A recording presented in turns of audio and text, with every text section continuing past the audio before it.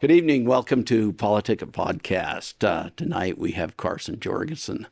And Carson, former GOP chair for the state and now candidate for governor. How about that? Yeah, who'd have thought? Who'd have thought, man? Some sheep rancher from from Utah, right? Central Utah, yeah. We've come a long ways in a few years anyways. Yeah. Yeah, so tell me, Carson, what drove you to make this decision? As many people know, I've been pretty actively involved in politics, and let me tell you, like when we start talking about these things and when we start talking about the future, we got to start expecting more, and that's something that I really see.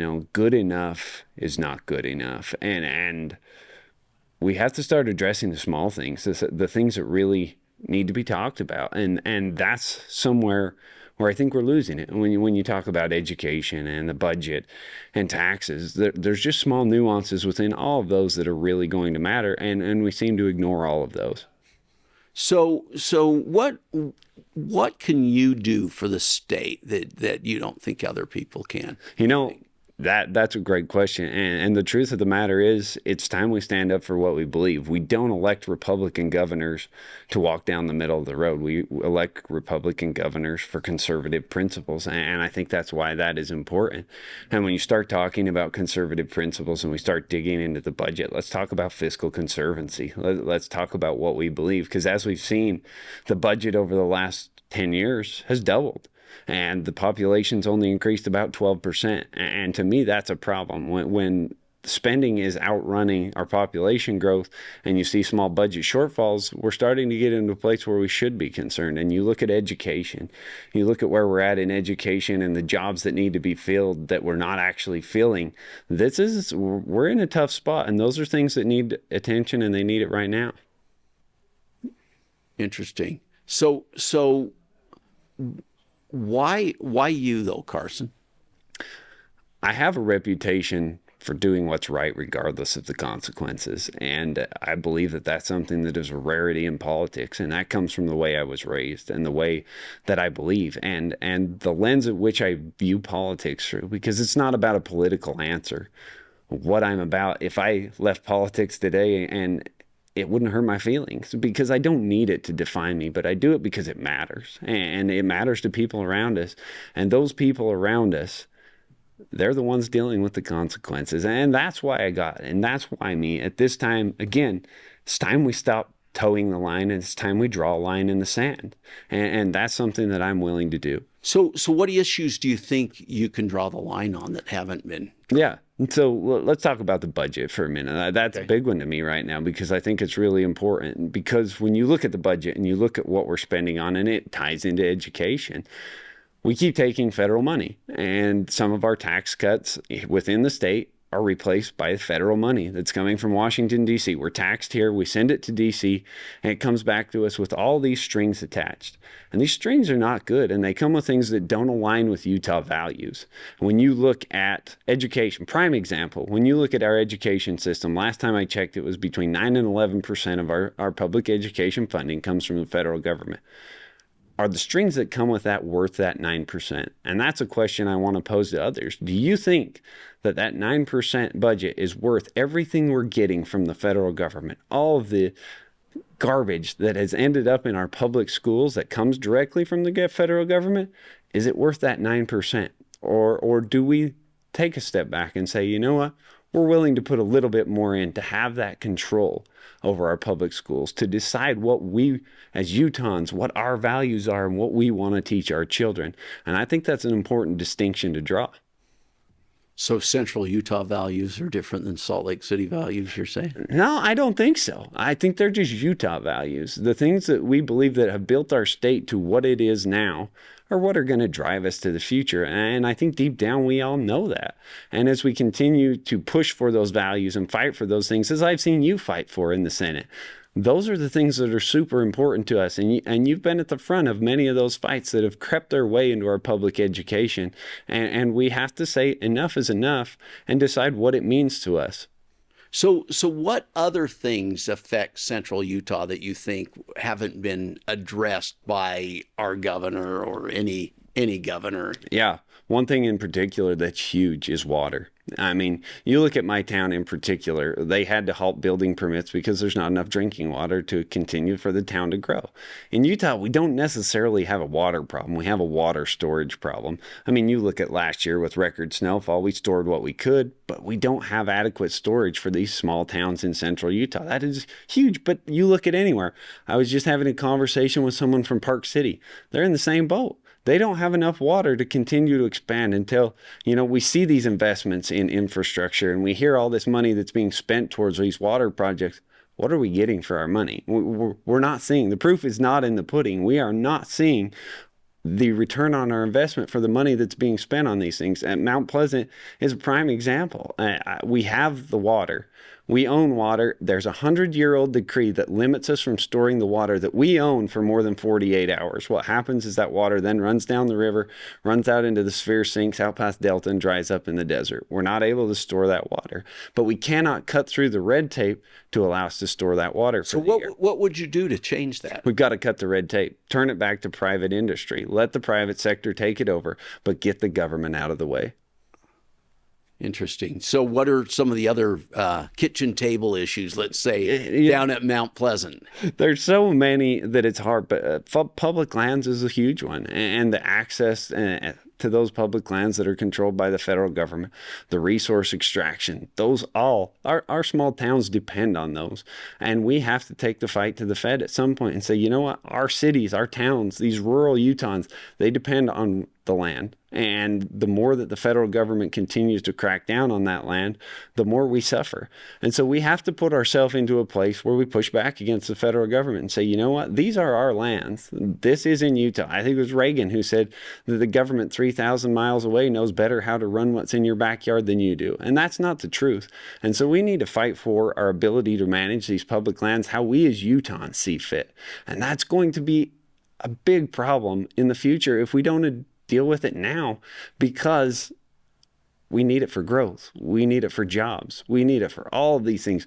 We need to be managing these forests to be able to maintain forest health. We spend hundreds of millions of dollars a year fighting forest fires when we're not managing our forests. And those are things that should be done here at a local level. Interesting. Yeah. So Carson, what would you say are the things that you most want to change in terms of policy for our state under the current administration? Yeah, so policy, when you look at policy as a whole, I look at what policy is affecting and the things that policy touches. And policy, you have to dive deep into it to be able to get it back to where it belongs. That being said, local is always the best. It's the red tape that continues to put a burden on Utahns. And until we cut through that red tape and allow private industry to take back over, I mean, you look at what's happening, we just throw money at it. And I'm tired of seeing political gains and political statements of success being made upon how much money we allot to a project, how much money we put towards something. Utahns want to see what they're getting for their money. I ask this quite often. Do you think it's a better idea to take your money, give it to the federal government, allow them to put strings on it and let them buy a bunch of stuff, or take that money and turn around and put it back in the hands of the taxpayers? Because I'm fairly certain that they know better how to spend their money than the government does. And so we continue to create programs and then we tax to fund them. And that is an unsustainable system, and it keeps happening even here in Utah. Well, we're going to take a break and come right back. Previously on PoliticIt. Now, I do want to say one thing, and the FGA is very quick to say this. Utah gets used by our group as a good example on an awful lot of things when they're talking to other states. Because let's face it, if every state ran like Utah, we'd be a lot better off. Right. But that doesn't mean we're perfect, and it doesn't mean there aren't things we can't do better, and there aren't things that we could be an example for other states to be able to say that. We had I won't go into it just for time's sake, but Trevor Lee, who you guys know well, yeah. He had a bill having to do with unemployment insurance and ghosting, which simply means they say they had an interview, but they didn't. Right. And it created a mechanism for employers to report that, and they could have their benefits suspended. And it was a good bill that would have done good things. And to credit the Department of Workforce Services, they sat right with them in committee and testified on behalf of the bill. Now, that doesn't happen in very many states. Right. And it doesn't always happen here. But it happened on that. So you give credit where credit's due. Welcome back to PoliticIt. We've got Carson Jorgensen here, and Carson's a former chair of the GOP for the state and candidate for governor. Carson, so let's go back to some of the issues that we talked about, right? What distinguishes you, do you believe, from governors of the past? Let's talk quality of leadership for a minute. I mean, you look at the new Speaker of the House, Mike Schultz, and you look at Senate President Adams. Can you imagine what things would be like if they had a conservative governor that they weren't fighting all the time? The policies that we could move forward and move our state in the right direction, the things that we could do if the governor wasn't fighting them the whole way or finding ways to water down good conservative legislation. Those are the kind of things that we're going to have to focus on, and those are the kind of things that I will do. So what's your path to victory? I've been out with the convention and the caucus members my whole time as chairman, and the path to victory is being strong, as I have with them. As I worked with them and moved throughout the counties and heard what they were talking about and seen what they were struggling with. I'm the only candidate in the race not gathering signatures because I trust the delegates, because I trust my local citizens to make the right choice for them. My path to victory looks like that, and it's to take strong leadership and take strong stands on things like DEI and the things that are plaguing our institutions and say, these things don't belong here. They don't align with Utah values, and those are things we are not going to do in this state. Your statement before, what was the statement you made before about walking down the... Yeah, so I've often heard it said, we don't elect Republican governors to walk down the center of the road. We want conservative policy. The data is in. Red states do better than blue states. Conservative is better than liberal policy. When you look at the long-standing states who have held this conservative policy, they're always rated higher. So we can't continue to elect Republican governors and expect conservatism from them, conservative policies, and then watch while they meander down the road, because that's usually how you get hit by a car. Yeah. So let's go back to some specifics. What do you believe is different about the citizens in the state of Utah overall? We're talking about across the whole state, and where we're going today. Yeah. So you've seen policy get watered down. I mean, what we're talking about, what's front of mind right now is transgenderism, the transgender sports bill, right now, currently, the bill coming forward about transgender in boys and girls bathrooms. Guys, this is simple.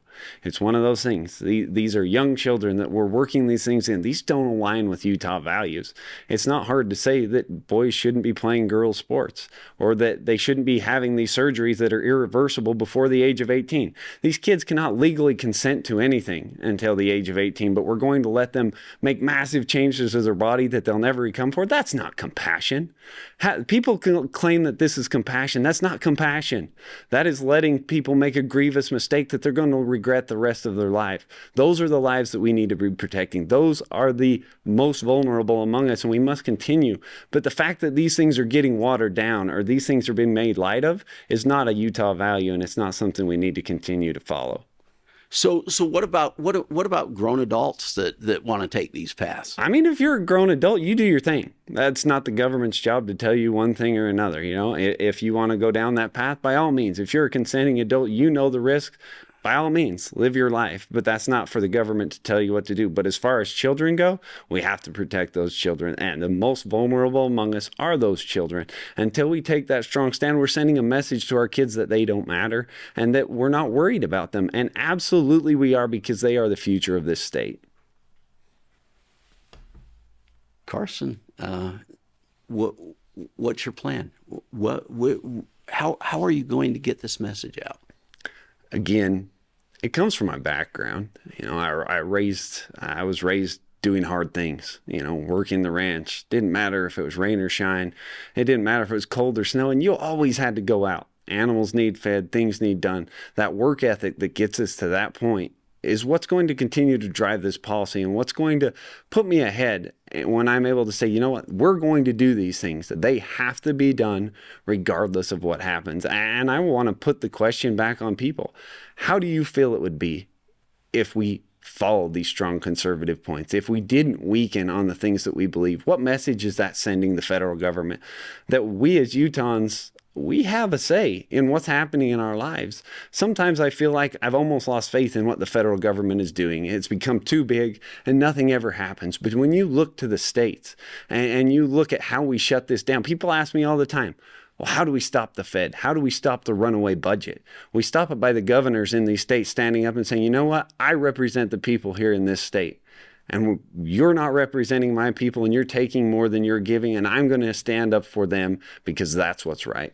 So how do we fight back on, you mentioned federal lands before and how that's tied up a lot of the resources in our state. How do we fight that fight? At some point, you have to draw a line. And that's what I haven't seen in the past, is that strong conservative leadership that says, you can't tell us what to do.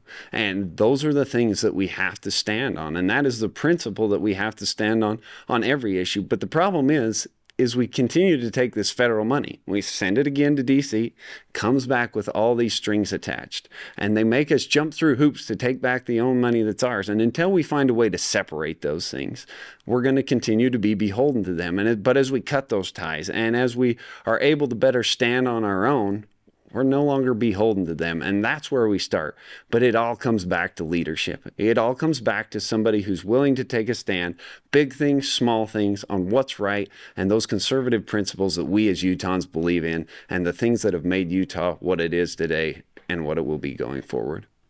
Yeah, you know, there's a book out by Jonathan Haidt talking about education, but it's entitled "The Coddling of the American Mind." And I think that, you know, my view is that, you know, we can't get ahead of people on every single issue and make sure they don't fall down and make sure that they feel comfortable. And what do you think? Do you think that's a problem in our education system today? Yeah, I think it is. And two, it's a lack of different kind of education. For a long time now, they've told us that there is only one path. I mean, you go to high school, you go to college, you get a job. What we've done is take away the things that make people tough, that we cannot continue to coddle everybody. You know, sometimes things are hard. When I was a kid, I'd get up and it was 20 below outside and Dad says it's time to go load sheep. I didn't want to go. We didn't have a choice. And as we coddle people, we can't teach them that we do hard things. And that's something we're losing in society. And that's more of a societal problem. But you go back to the education system and the things that are missing in our education system. I'm a big advocate for vocational schools, for training. Those are the jobs that we're missing right now. You know, we need carpenters. We need electricians. We need plumbers. We need mechanics, excavators. We need all of that. And we don't have them because we've told an entire generation of kids that those trade jobs don't matter. So when you talk about coddling people, I think that's where it goes. And I think that's what matters, is we need to show them that there are more paths forward and a path to self-sufficiency. And it helps them to grow and it helps them to learn, you know what, I can stand on my own 2 feet. I don't have to have the government hold my hand. I can do things that I know, and I can create a job and a life for me and my family, and they don't have to come out of school $100,000 in debt. These are the things that we can do and should be doing. Very good. So we're out of time. I wish we could talk longer, but always. But why don't you just look into the camera over there and ask the people of Utah why? Well, tell the people of Utah why you should be the governor. Yeah. You know, I love this state, and my kids and me will be here for as long as Utah continues to be a state. Our roots run deep, and these are the things that matter. But the thing that's going to keep Utah a conservative place and a good place for all of us to continue to live is strong leadership and being able to say no to things that shouldn't be happening and to not walk down the middle of the road. And it's time we draw that line, and it's time that we take strong conservative leadership to the next level and that we partner up with those in the legislature to be able to push these things forward so that this is all here for our kids and their kids. Thank you. Carson Jorgensen, candidate for governor. We'll see you guys next week.